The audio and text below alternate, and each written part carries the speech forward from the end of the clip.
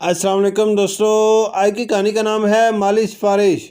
میں اپنی پریشان کن سوچوں میں گم آرام سے کرسی پر بیٹھا ہوا تھا۔ ہر شخص کی زندگی میں اس کے اصولوں کی بڑی اہمیت ہوتی ہے، مگر بعض اوقات اپنے اصول خود توڑنے پڑتے ہیں، اور ایسا ہم اکثر اپنے پیاروں کے لیے کرتے ہیں۔ میں جو خود کو بہت اصول پسند انسان سمجھتا تھا، آج اپنے اصولوں کو قربان کرنے پر آمادہ ہو گیا تھا، کیونکہ رشتے اہم ہوتے ہیں، اصول نہیں۔ آخر ایک فیصلہ کیا اور ایک گہری سانس لے کر اٹھ کھڑا ہوا۔ میری اہلیہ ٹی وی دیکھ رہی تھیں، مگر وہ میری جانب بھی متوجہ تھیں، اور شاید انہیں بھی احساس ہو گیا تھا کہ میں نے کیا فیصلہ کیا ہے۔ میں اٹھا اور آہستہ آہستہ چلتا ہوا کمرے سے باہر نکل گیا۔ اسی دوپہر کو میں اپنے بیٹے ایان کے اسکول میں موجود تھا، جہاں سیکشن انچارج سے میری ملاقات طے تھی۔ وہ تشریف لائے تو رسمی کلمات کے بعد بولے، جی میں آپ کی بات سن رہا ہوں۔ میں آہستہ سے کنگارا اور بولا، سر میری اہلیہ نے پرنسپل صاحب سے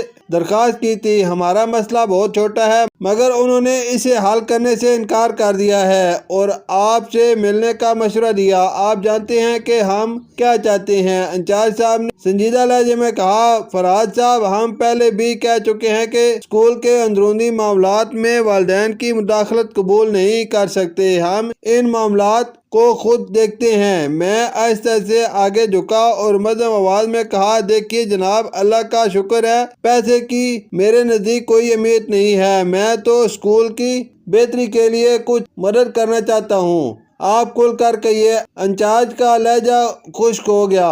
میں اسکول کے انتظامی فنڈ میں کچھ رقم پیش کرنا چاہتا ہوں۔ اگر اسکول کے کچھ فلاحی مقاصد میں یا تعمیرات کا کوئی مسئلہ ہے تو اس کی ذمہ داری لینا چاہوں گا۔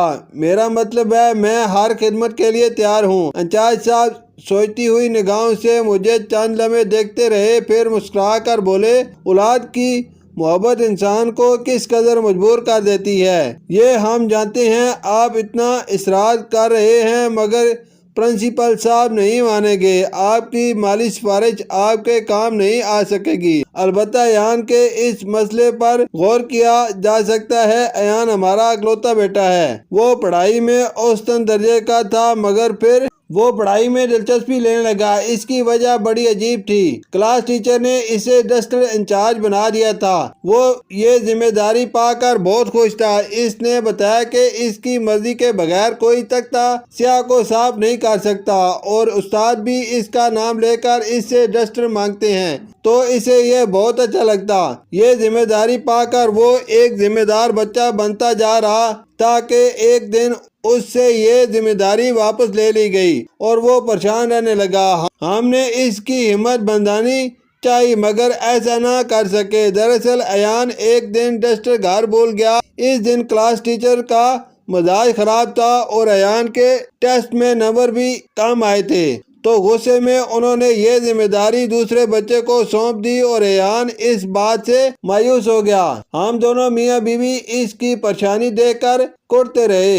تیسرے دن ایان گھر لوٹا تو وہ دوڑتا ہوا آیا اور مجھ سے لپٹ گیا۔ اتنے میں اس کی امی آ گئیں اور اسے اپنی باہوں میں لے کر پوچھا، ارے ہمارا چاند اتنا خوش ہے، کیا بات ہو گئی؟ امی میں دوبارہ ڈسٹر انچارج بن گیا، اور وہ خوشی سے بھرپور لہجے میں بولا، اور ہم نے سوالیہ نگاہوں سے اسے دیکھا۔ اب میں نہ صرف ڈسٹر انچارج ہوں بلکہ تختہ نرم یعنی سافٹ بورڈ کا انچارج بھی مجھے بنایا گیا ہے۔ اب تختہ نرم پر جو مواد لگے گا یا اتارا جائے گا وہ میری نگرانی میں ہوگا، اسے سجانا سنوارنا میری ذمہ داری ہے، وہ مسرت بھرے لہجے میں کہے جا رہا تھا۔ ہم دونوں والدین اسے خوشی سے دیکھ رہے تھے۔ میرا دل خدا کے شکر سے لبریز تھا اور اس کی ماں کی آنکھوں میں تشکر کے آنسو تھے۔ یہ چھوٹی چھوٹی باتیں کتنی اہم ہوتی ہیں، کیسے لمحوں میں زندگی بدل دیتی ہیں۔ شکریہ۔